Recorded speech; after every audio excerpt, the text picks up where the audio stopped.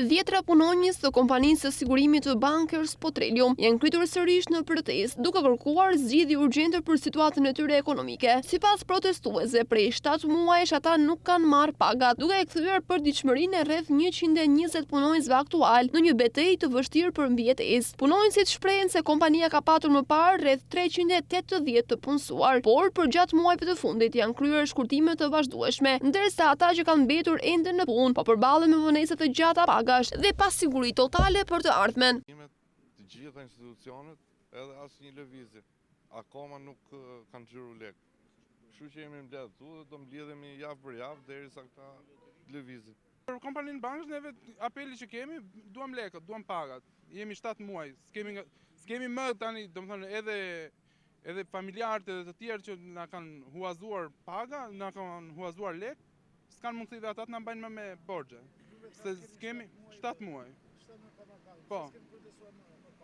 Po sepse kemi ecur me shpresë, kemi mashtrime, domethënë vetëm mashtrime që ata na japin vetëm mashtrime, do t'u japin për 20 ditë, do t'u japin për 10 ditë, për 15 ditë, filan datë do t'u japin. Kemi ecur me shpresën se do marrim diçka. Tani ata i kanë marrë lekët e tyre, punonjësit e bankës i kanë marrë lekët e tyre, neve nuk na kanë dhënë. Neve ndihemi të diskriminuar tani.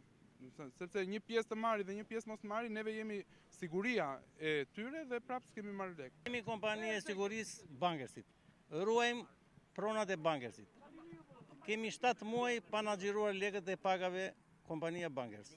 Për të tjerët, për punonjësit e tjerë, për operator, për mekanik, për të gjithë ka lek, për neve s'ka. Njëkohësisht jemi vënë ndjeni edhe nga rrjetet sociale që këta kanë hapur llogaritë të dyshimta jashtë shtetit, me ato para i marrin për vete, nuk e di se çfarë bëjnë, çfarë shlyen i çojnë kin, neve pa rroga. Ka kuptim këtu? Sa punonjës jeni?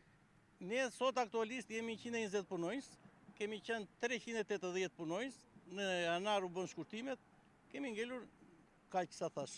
Kjo është protesta e 4 brenda 7 muajve, çka sipas tyre tregon se situata nuk ka marrë asnjë zgjidhje konkrete. Përballë kësaj situate, protestuesit paralajmërojnë se do të vazhdojnë protestat paralelisht me punën, deri në momentin kur problematika e tyre të ketë marrë një zgjidhje përfundimtare. Ata theksojnë se kërkesa e tyre është e drejtë dhe legjitime, pagesa e pagave të prapambetura dhe siguri për të ardhmen e punësimit.